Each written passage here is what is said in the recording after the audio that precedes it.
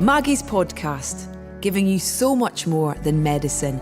Thank you so much for listening to this Maggie's podcast.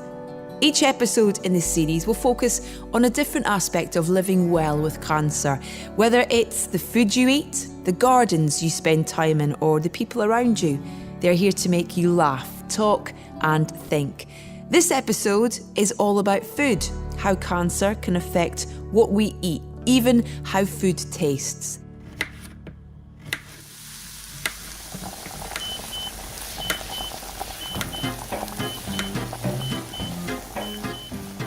My favourite food, I would say, is a nice medium rare steak, especially if I've got, which I shouldn't have, chips and mushrooms and tomato.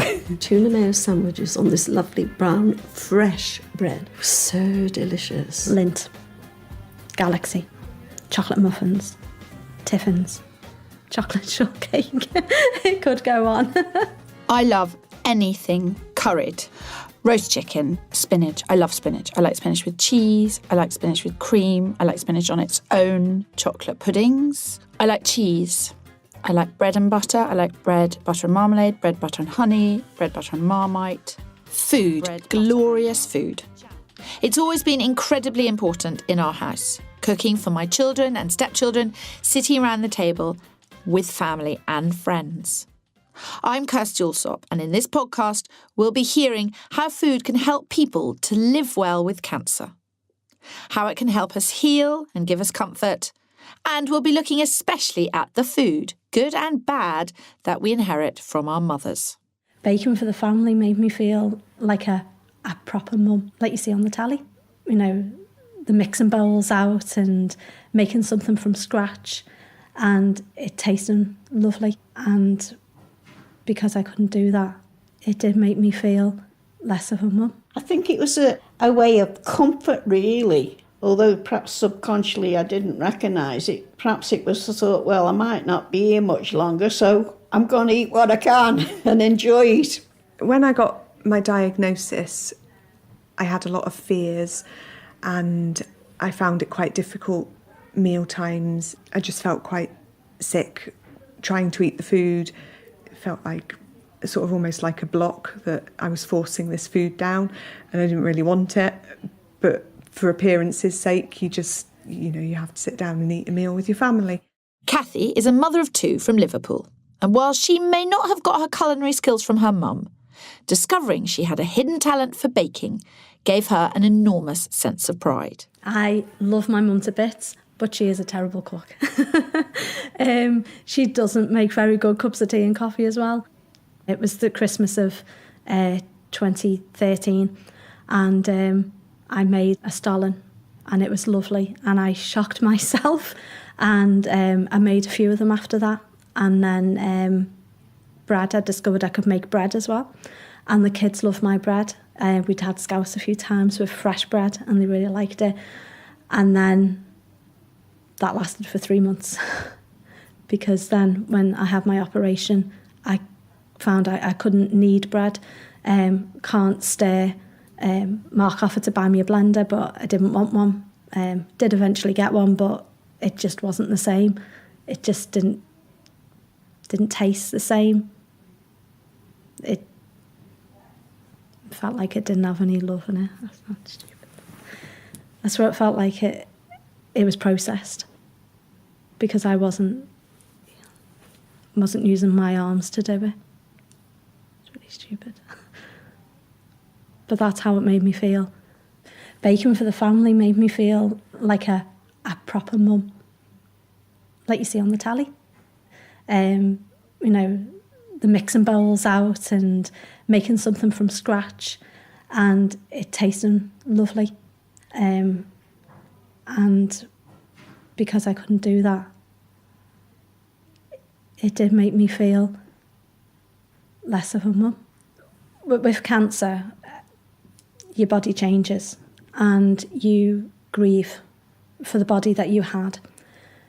For me, because I couldn't bake anymore, I was grieving.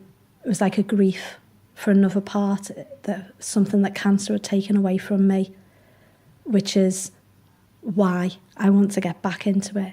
So I've taken control of a part of my life that cancer took away. Maggie's just meant everything. We found it the first day of chemotherapy. As soon as we walked in, I noticed the table straight away. I love the fact that it's a square table. It's not a long table, so whoever's sitting at the table, you can see them, you can speak to them, and it just reminds me of a home. So the ethos of here and the kitchen table is everything. To me, it represents togetherness. Sitting around the kitchen table and talking about your problems and talking about your happy times and eating. The thought of hospital food is never appetising. My mum had cancer for over 25 years and she was in and out of hospital. I almost never saw something come in on the tray which she would eat. She was a very, very fussy eater. And so taking food into hospital that would appeal to her became quite a big thing for us. I remember once going to see my mum in hospital, and my mum wasn't someone who ate a lot at the best of times. And she had a friend, a great, great friend called Jane. And Jane sent her a cupcake bouquet. Have you ever seen a cupcake bouquet? It's cupcakes with sort of sticks stuck in the bottom of them, and then it's stuck into floral foam. So it kind of looks like roses apart from its cupcakes. It's a sort of awful thing to do to a cupcake, if you ask me. But anyway, the cupcake bouquet sat in the hospital room with Mum, and everyone except for her ate one of those cupcakes. They were actually delicious. But I always think whenever I see a cupcake, don't stick a stick in the bottom of it and make it into a cupcake bouquet. In 2003, Anu was diagnosed with Hodgkin's lymphoma, which meant some pretty long stays in hospital. Thankfully, her mum's amazing cooking came to the rescue. My life was basically the life of somebody who graduated from university quite recently and was trying to establish a career in quite a high-flying industry. So I was working in investment banking. I was working hard and playing hard, partying a lot in London, had lots of friends, was having a great time. I decided to leave all that behind and move to Edinburgh for a career opportunity. And within 2 months of moving to Edinburgh, I was diagnosed with Hodgkin's lymphoma. When the actual diagnosis took place, it was quite surreal. I remember my mum and dad were in the room with me, and I just remember my dad's face and his face completely dropping, and this sort of look of horror on his face that I still remember quite vividly. There was all kinds of different emotions going on. I was shocked, surprised, really upset, and just getting my head around the fact that nobody could guarantee whether the treatment would be successful, and that I thought that I was just starting out in life. The prospect of things coming to an end was just really, really, really upsetting, and something that I really struggled to get my head around. When I heard, I did not understand. They said that my daughter got cancer. I'm sorry, I'm being emotional, but I can't help it. My entire world blanked out. I went completely numb, but that day I thought my world ended. I spent a lot of time in hospital. As an inpatient and an outpatient combined, I've definitely spent years in hospital altogether. It's been a huge blessing to have my mum with me, looking after me and cooking whatever foods I wanted or needed. At the beginning, Mum used to bring in very simple Indian foods like rice and dal. And then at other times during the course of my treatment, I wanted other kinds of taste. I wanted like a hot and sour Thai soup for some reason. That was what I wanted to eat. And my mum had never, ever made one, but she looked it up and she made like this fantastic sort of Thai soup with fish, some mushrooms and some lemongrass and a bit of chili probably as well. And that just, for some reason, that just went down really well. And when you find something that you're able to eat, it cheers you up. I think it just gives you, it gives you physical strength as well. And I remember Mum would bring in like a big pot of the soup and would share it around with other patients on the ward as well. So they'd really enjoy it as well. So it's a really nice thing to be spoilt with some nice food when you're going through some pretty grueling treatment. It was a joy for me to cook, not just for my daughter, for everybody, the nurses, the doctors, especially the patient, because it became like a family. And it gave me strength. Food is always a strength for anybody, not just for a person who's ill. Getting a cancer diagnosis can be a scary and lonely experience. Everyday tasks can feel impossible. So, as Jenny discovered when her mum wasn't around to help, sometimes what you need is a warrior. For me, having the cancer diagnosis shot me onto planet Cancer and this strange planet that you go on, and it's all dark and you don't know the language, you don't know the culture. And there was nobody around, and I was by myself. And then I met the first tribe came round the rock, and they were what I call the untribe, because they'd say things like, oh, well, there's a cure for cancer. Oh, your hair will grow again. So I left the untribe, and then I met the distribe, and they were disheartening. But then I have what I call my cancer warriors, and there's very few of those. But they're the people that walk the journey. And when I met them, it was wonderful, because I have one special cancer warrior who's called Nigat. I had a phone call one day from Nigat, and she said, I've got a surprise for you, and she's full of giggles on the phone, and I thought, Anyway, the surprise was one Sunday morning she arrived, and she had these bags, and in the bags were all these meals in containers, and she's a wonderful cook, I have to say, wonderful. And she'd made a very special lentil curry, which had 4 colours of lentils in. She'd made her special rice. She'd made chicken curry, because I found that I could eat things with chili in, much stronger than normal, I have to say, because I had this bag of flour in my mouth. That's what it felt like. And she brought them in. She also cooked something at my stove, and I took a photograph, much to her consternation, of her at my stove. She put the meals in the freezer, and they were all labelled. I call them Nigat's curry in a hurry. She's so amazing, this woman. She gets my vote. When you've done things for yourself all your life, eaten well, and then you've got ready meals, which are full of additives and horrible, really, that's when you can eat. Just to have these freezer meals that are fresh food, and you don't have to open the fridge and say, I can't be bothered to think, and shut the door. It was so wonderful. And it's made me cry. I remember Mum used to say, even bread and butter tastes better when somebody else makes it.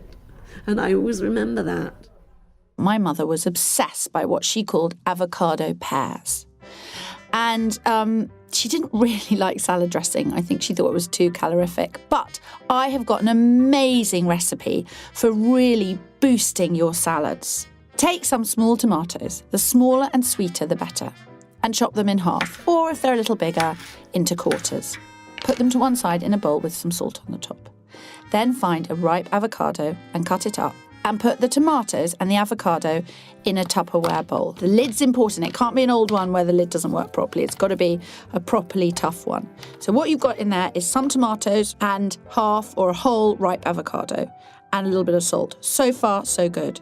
Then you take just 2 small tablespoons full, literally not a lot at all, of olive oil or whatever your favourite oil is, and just under a tablespoonful of vinegar.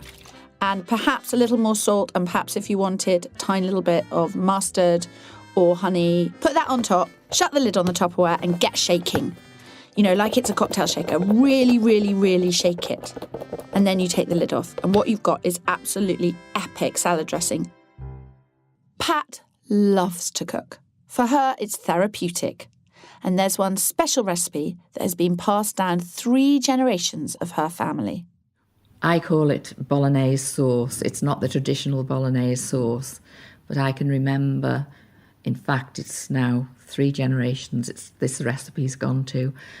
Very lean, leanest mince you can get, always dry fried, no fat or anything. Fried onions, and then added to that carrots, celery, mushrooms, tomatoes. And I can just sit and have that at any time and think of my mum and my grandmother. My 2 grandsons, who are now 25 and 22, used to come every other Sunday, and they would have to have a full English breakfast in the morning, which included 7 items. Then in the afternoon, we'd all go out together and come home, and they always wanted spaghetti bolognese. And so much so, my eldest grandson went out to Australia 3 years ago, and he sent me an email. And he said, Grandma, he said, can you possibly email me your recipe for the spaghetti bolognese? Anyway, this Christmas Day, I actually had a phone call from him from Australia and was introduced to his girlfriend for the first time on the phone. And her words were, your grandson does a mean bolognese sauce. I absolutely love it. And I'm hoping to come over and meet you in May and can make sure it is the same as you actually make it. So the bolognese sauce has gone through 3 or 4 generations now. I love cooking for myself. One, I find it very therapeutic, and it gives me something to aim for every evening. So I will start preparing vegetables probably about 4:30, 5 o'clock, and whatever meat I'm having, but I prepare it all and then cook it from fresh.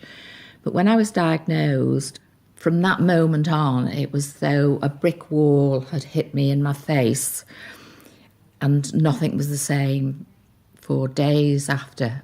As I went to bed, the last thing I thought of was cancer. As I woke up in the morning, the first thing I thought about was cancer. I still managed to have my breakfast, but I just went off. I couldn't face cooking food. I think that was more of a psychological thing. And I lived on, I'm ashamed to say, we have a little bakery around the corner.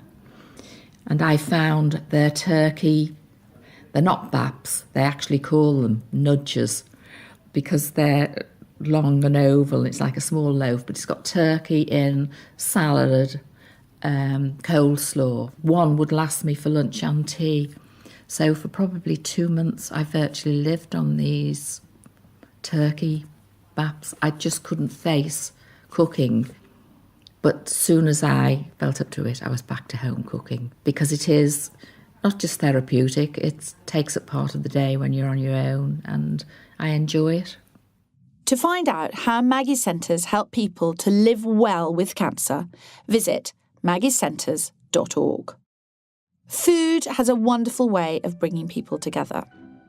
I spend my weekends in Devon, and I have 2 sons and 2 stepsons, and they have loads of lovely friends. It's never really a calculated thing how many people are going to be sitting around our table. The answer is to ensure that you have a drawer full of carbs, basically. Loads of rice and loads of couscous and loads of pasta. You can always make something to go with those things. We had a huge party one day in Devon, and a man came and he was going to dig a pit and slow cook a sheep. And it was very exciting, and everyone dug the pit and we got all the wood and it was covered. By 9 p.m. that evening, it was clear that I was going to have to feed about 45 people from the contents of my pasta and rice drawer. And I managed it. Just. I made about 5 different pasta sauces, chucked it all together, hurled it about, and the best bit was that everybody was cooking together. Everyone was starving by then, and I'm ashamed to say the adults might have had a few too many drinks on an empty stomach. And it was just really important that everybody ate, and the sheep wasn't cooked. It was still stone cold at the bottom of its pit. Uwe was born and raised in Germany, but now lives in Nottingham.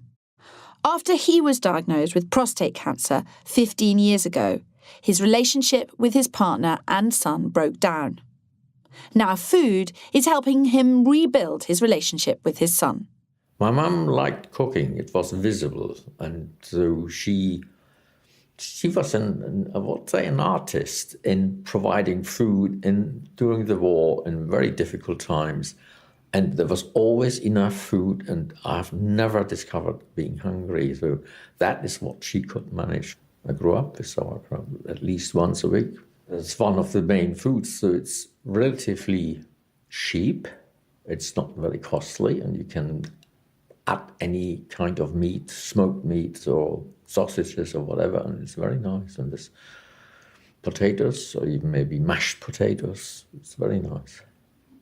I was diagnosed with advanced prostate cancer, and it should be written in locally advanced prostate cancer, but it's completely something different.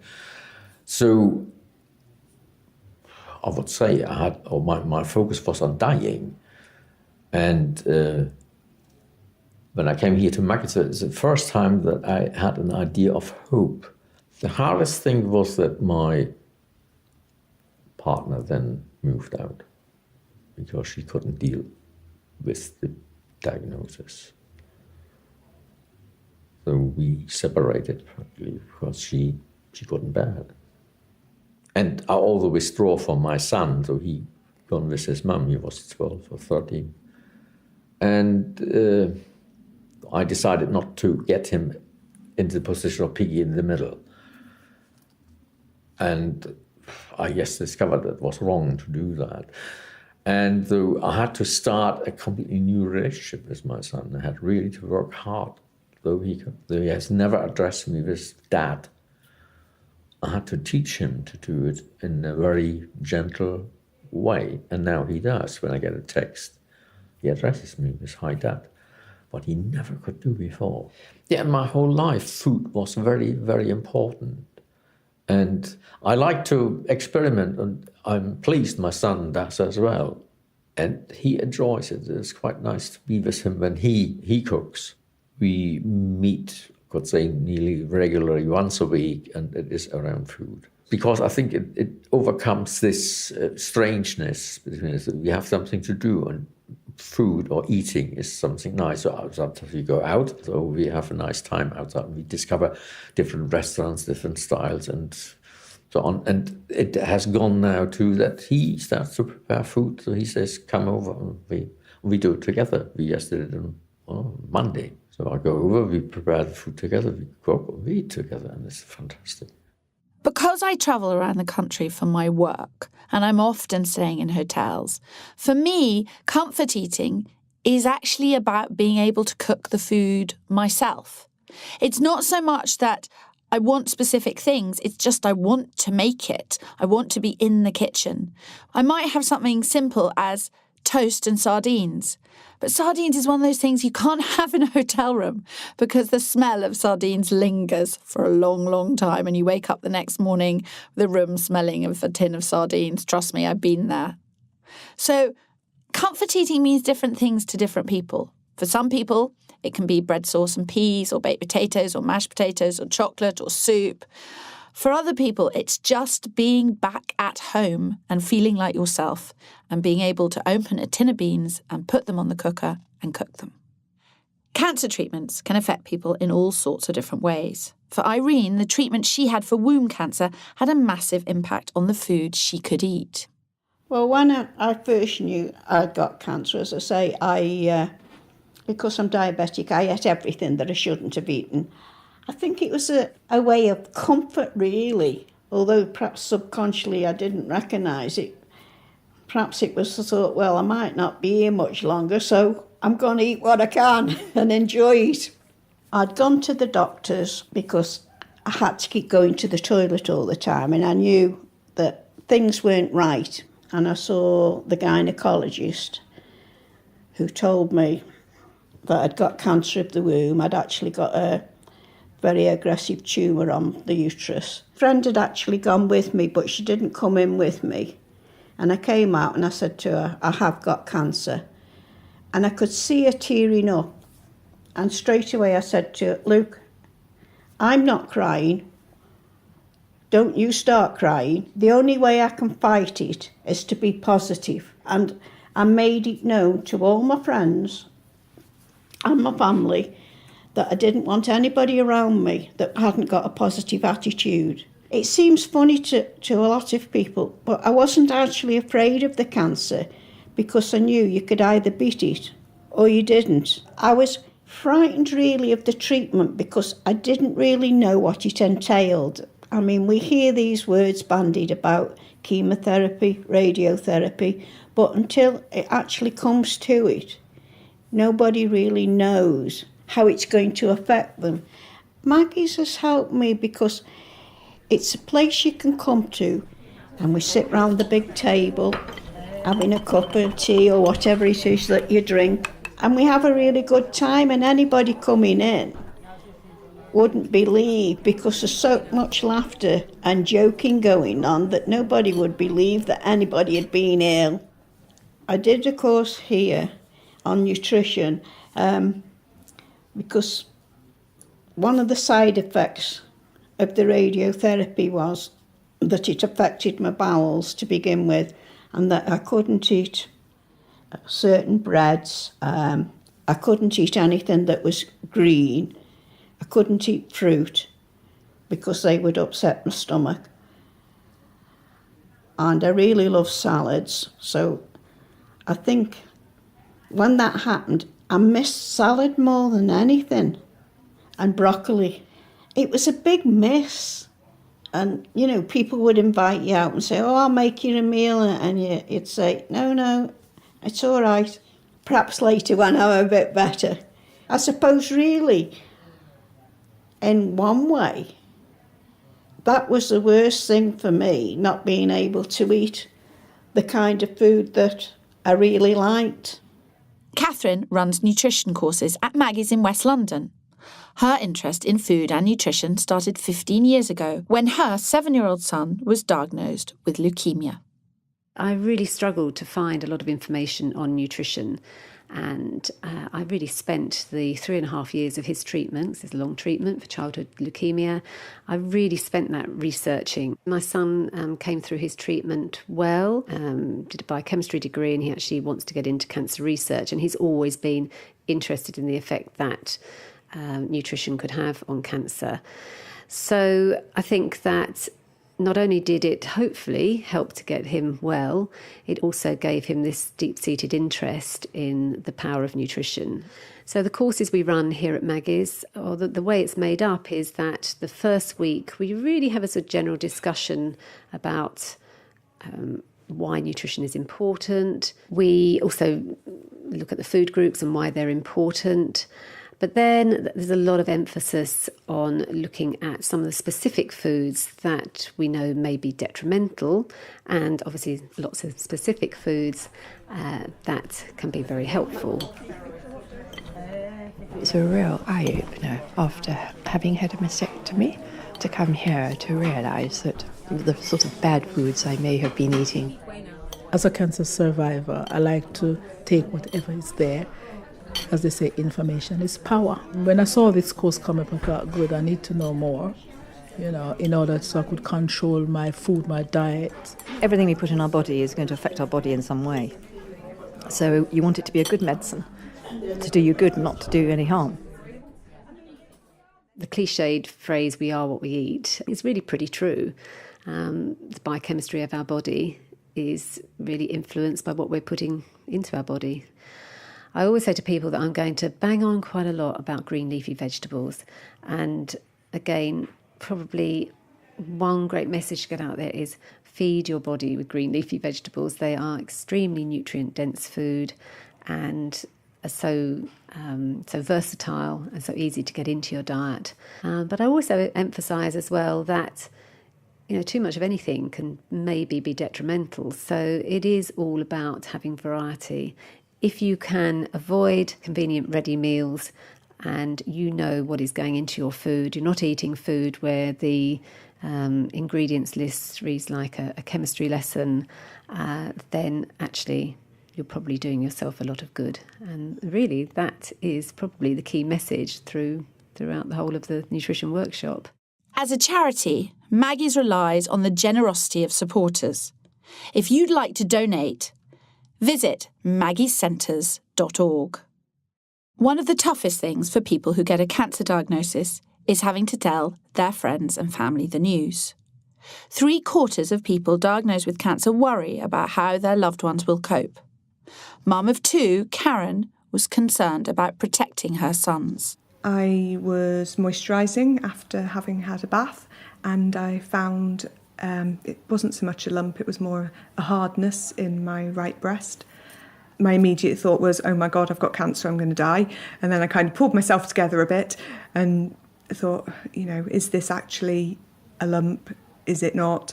About 10 days later, I went to the hospital and they do what they call a triple assessment. So they do a physical examination, they do mammograms, ultrasound, and then biopsies. A week later, I went back with the results of the biopsies and was told that I had invasive ductal carcinoma and ductal carcinoma in situ, and I would have to have a mastectomy. My children are adopted, so they've had quite difficult life experiences already, and I really didn't want them to have to go through, losing me, which it's a possibility when you're diagnosed with cancer. You have no idea how successful the treatment's going to be, how far it's spread, and I just mostly my thoughts were for my husband and children, who I just thought they can't lose me. They need me. When I got my diagnosis, I had a lot of fears, and I found it quite difficult. Meal times, I just felt quite sick trying to eat the food, knowing at this point I hadn't told the children, and it felt like sort of almost like a block that I was forcing this food down, and I didn't really want it, but for appearance's sake you have to sit down and eat a meal with your family.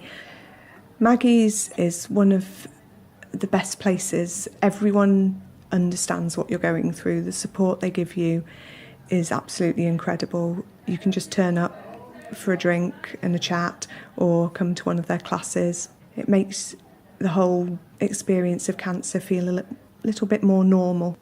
My first stage of treatment was surgery. The surgery was on my right side and I'm right-handed, so physically I couldn't even lift a kettle to pour boiling water into a mug. I couldn't chop things. There was a lot of physical restrictions on my abilities. My mum stayed with us for 2 weeks, and she helped with cooking and also driving, because I wasn't able to drive. Before I was diagnosed with cancer, one of the main things I used to do was bake. I constantly baked cakes. Our house smelt of cake. It was divine. I kind of lost I call it my baking mojo. I say I've lost my baking mojo. I made my son a birthday cake. This was shortly after I'd found the lump, but before official diagnosis. And it just didn't taste nice. And it was like all the joy had gone out of my baking. So I haven't really done much since then. Chemotherapy affects everyone differently, and people have different side effects. For me, chemotherapy affected my energy levels. It made my blood pressure very low. It gave me an irregular heart rhythm, to the point that even standing in the kitchen was tiring. So during this time, I really wouldn't have been able to prepare a meal for my family.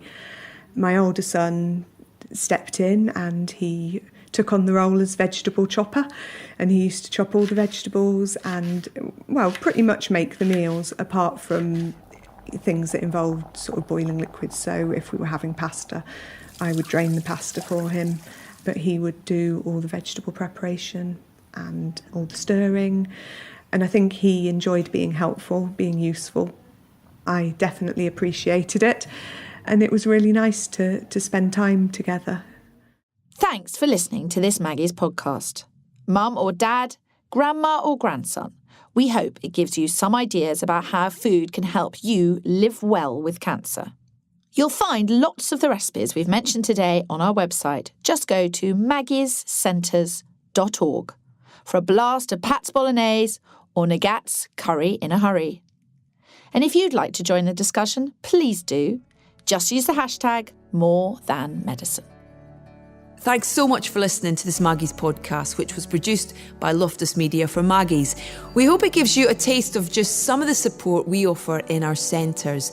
Maggie's centres support anyone living with cancer, including families and friends, and it's all totally free of charge. For more information or to listen to other episodes in this series, go to maggiescenters.org. Maggie's podcast, giving you so much more than medicine.